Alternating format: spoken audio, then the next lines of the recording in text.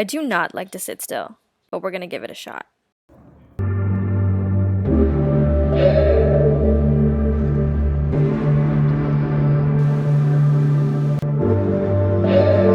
So, apparently, there are two ways of meditating, and I tried both and researched both for 30 days so that I could experience the short-term effects. The reason I wanted to meditate every day is to gain mental clarity and to summon calm whenever I wanted to, and also use it to visualize and feel more connected with my purpose and direction.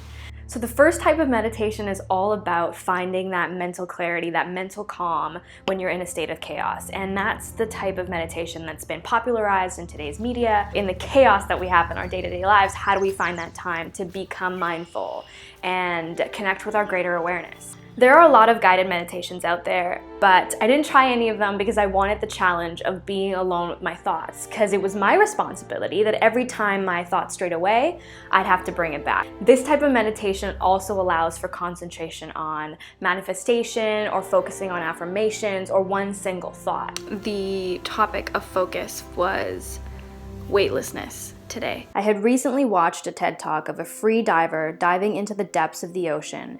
And when you get to the point where there's no sunlight, you feel intense pressure, like it's about to crush your rib cage, but you embrace it like in a cocoon. Whether you look up, below you, right or left, it's just dark, and you're kind of floating in a sea of emptiness.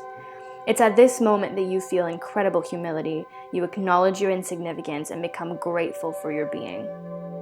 I'm in love with the idea of meditating on weightlessness because it just gives me this larger than life feeling after I'm done, and I feel very, very zen. The second is really all about connecting with your higher awareness to ultimately gain enlightenment. So the goal here is to empty your mind. It's to challenge yourself to think of nothing. They say focus on your breath so that it starts to not make sense. It starts to kind of become amorphous.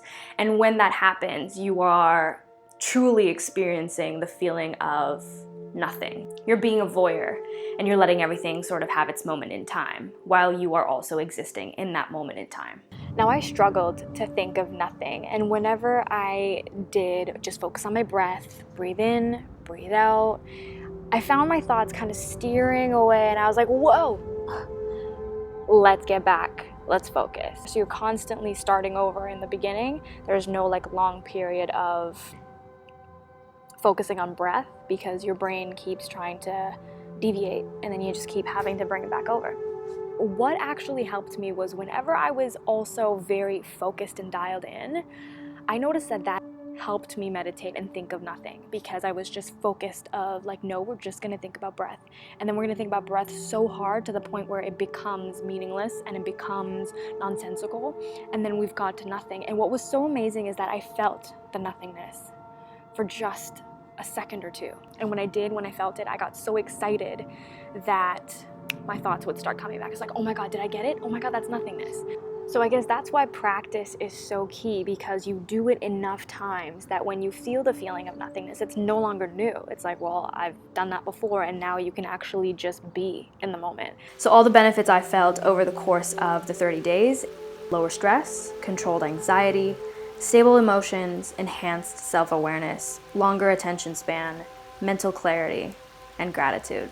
Overall, I'd say I thoroughly enjoyed meditating, which is why I've taken the challenge to do it for another 110 days. I'm on day 22 right now, and if you want to follow along on that journey, then follow me on Instagram at shinjanisur. I will be posting updates pretty frequently there. If you're also starting the meditation journey and you're new to it and you want to discuss kind of your experiences, I would love to hear and love to chat.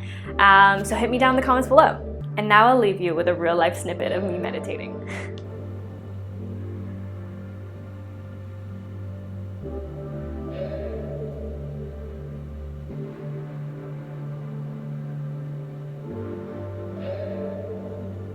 Yo, my back's burning up. This was a bad idea. Also, if you're curious about the background, follow me on @butternutbutternut on Instagram. I'm also an artist, and I do things like this. So yeah.